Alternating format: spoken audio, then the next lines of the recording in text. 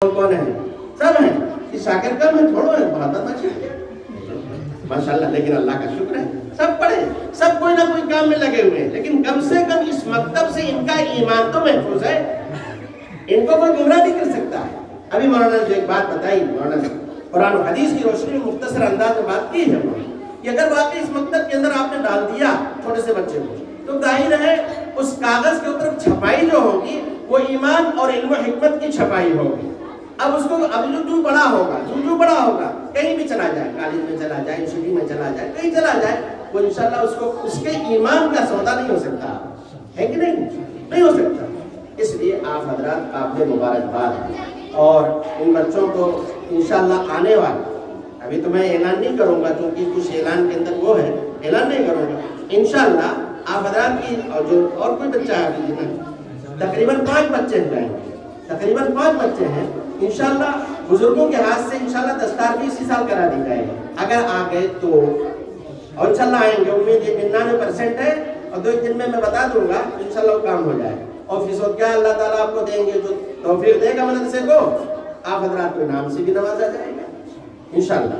لیکن شرط یہی ہے کہ جیسے ابھی حافظ صاحب نے ایک بات کہی کہ بھائی اب یہی تو موقع ہے, رمضان بھی سامنے ہے, کوشش کر لو, دور مکمل کر لو, اور دور مکمل کرنے کے بعد رمضان کا مہینہ قرآن سنو. 1 مہینے کے اندر جتنا فائدہ ہوگا کوئی سال کے اندر وہ فائدہ نہیں ہوگا, ہے کہ نہیں ہے؟ ٹھیک ہے انشاءاللہ. ناغہ تو نہیں کرو گے بیٹا, ہماری آپ کی دوستی مکمل ہے نا, ناغہ نہ کرنا, چھوڑو ماں باپ کو, پڑھو بیٹا. دیکھو انشاءاللہ یہاں پر دیکھو سارے لوگ آپ کی وجہ سے آئے, آپ کی وجہ سے سارے لوگ آئے, اور آپ کی وجہ سے سارے لوگوں نے وقتوں کو نکالا ہے, ٹھیک ہے. اس لیے آپ حضرات ایک دم جو استاذ کہیں ان کی مان کر کے چلو, اور گھر پہ جاؤ تو جو ماں باپ کہیں ان کے حساب سے چلو. ماں باپ کی خلاف ورزی کرو گے تو مسئلہ گڑبڑ ہو جائے, ٹھیک ہے انشاءاللہ. تو اپنے استاذ کا خیال, اپنے ماں باپ کا خیال, ساری چیزوں کا خیال, اور قرآن کی تلاوت کبھی نہیں چھوٹنی چاہیے. قرآن کی تلاوت, آخری بات کہہ کر کے بات ختم کرتا ہوں. حفظ قرآن کا جو ہمارا یہ مشغلہ ہے یہ دور صحابیہ سے چلا آ رہا ہے. اس دور کی کہتے ہیں کہ لڑکیاں نہیں ہیں, لڑکیاں بھی اللہ کا شکر اس زمانے میں بڑی حافظہ ہو رہی ہیں, بڑی حافظہ ہو رہی ہیں. اور اس زمانے میں ہے عائشہ رضی اللہ تعالی عنہا سب سے پہلی حافظہ ہے اس زمانے میں.